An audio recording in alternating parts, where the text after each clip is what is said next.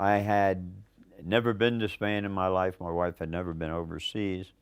Um, I wanted to get out of the country. I wanted to get back somewhere's on the Mediterranean. Um I wanted to go back and sort of pick up my heritage in some sense or other, a place to work out my paintings, a place that was inexpensive, and a place that was not modern. Boom. All right. Why Spain? Spain was under Franco then, and there was all kinds of negatives and whatnot, but also was the oldest and the one that hadn't picked up to modernity yet. And this is 1962, not far after World War II. And anyway, that was Spain. We packed up and went, and speaking no Spanish, I don't know, $650, and that was it. And we landed and began our life in Spain. They didn't particularly like the fact that we had brought all that paint, canvases, and everything. They thought you were going to start a business. As we landed and going through customs, they did. They thought I was going to start a business with lots of canvas and materials and all of this kind of stuff. And the customs were there, and nobody spoke English, and they were giving us a thorough going over. And our first wondering of, hey, we're with this police state that we're coming to, lots of arms around and soldiers. And they went through the works, and the net result was they took 150, I think, of the $650 I had. So we now had $400. And so we put our 3 kids and cats and a dog, and we took this long taxi cab ride down the coast, and it had been raining for about, I guess, 2 or 3 weeks at the time. Everybody was pretty rough and pretty sad, and I was wondering about the whole thing about this point myself. Well, it was about time. Well, I didn't see anything that was positive at all, and it all looked pretty rough. And the roughest part, that obviously it had been settled by some tourists and whatnot, and it wasn't in a natural state that somehow or other I dreamed. So I wandered off with a vague idea. I was already out of here. I didn't think how I was going to get tickets, but we were going to Greece or possibly Israel, which had been on our list. Or back to America? I never thought it. Never thought it. Didn't get that bad. Oh. Wandering into Torremolinos, there was a little shop, and there were some English words on a sign, and that was Paul Stevens' mother's place. And I dropped in, and sure enough, I got an American. And he showed me a place, which I only saw from way down the hill. I never actually saw it. All I saw was a part of a tower and some green, and like this, way up on a hillside. And in my inimitable fashion, I said, I'll take it. And it turned out to be $80 a month, which was a lot for us. And we went into Malaga right away. I did take it, then I came back and got Barbie and said, we ought to look at what we just took. And so we went out to look. You take it from there. Well, it was, as Gino mentioned, raining. And I was all dressed up in my fanciest outfit because I was going to go to see this new house. And we had a little rental wreck they called a car, but it was really more like a go-kart.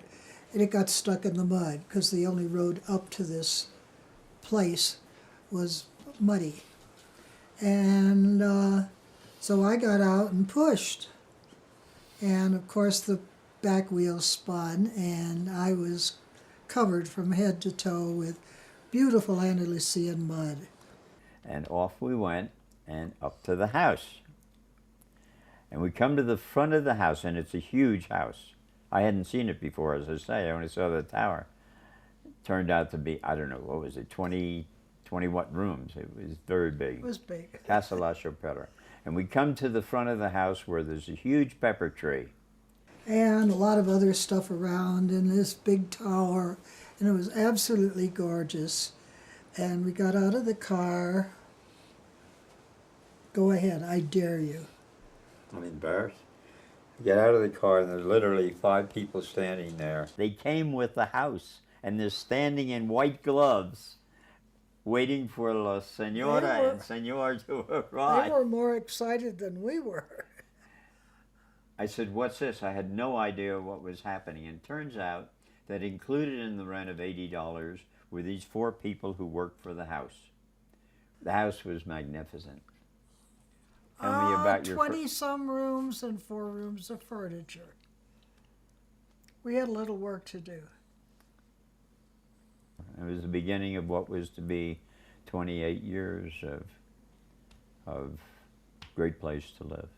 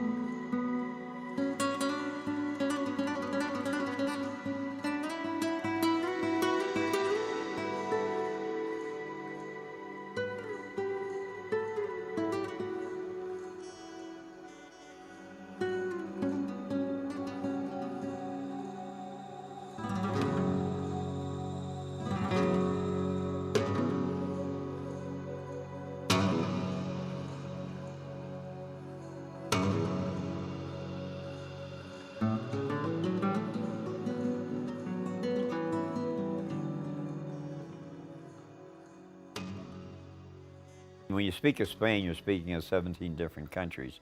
We were in Andalusia. That's one of the countries, actually, in the south. And we lived in Andalusia the whole time. We traveled all of Spain and got to know most of the others. Mediterranean civilizations just go back so far,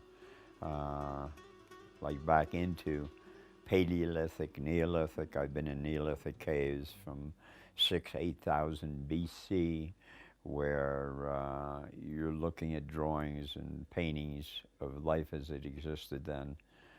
You could relate to it even today. And the same people are living there, the inheritors of that, the same pueblos, villages that were there at the time of the Romans at 100 AD or BC, that are still there today. And with 4 coats of calcium on the walls each year, to keep them clean and to keep them from falling apart, that calcium becomes organic and just flows like that. And the stairways flow and the buildings flow. And the whole thing's magnificent, and the people flow.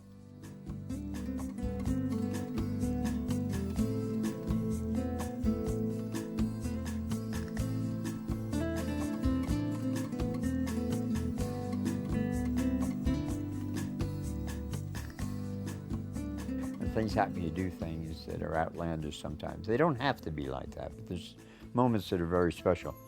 A horse trip across Spain for 33 days, the entirety was a chispa de la vida. To have pulled it off, to have thought of it and done it.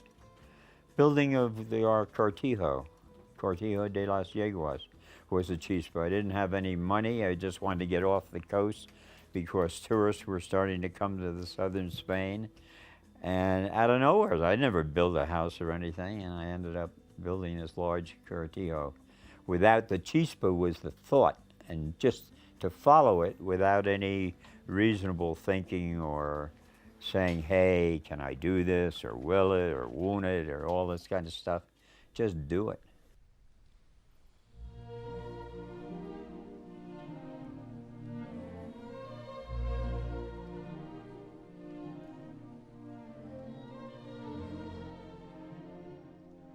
We knew a butcher in Torremolinos who had some land.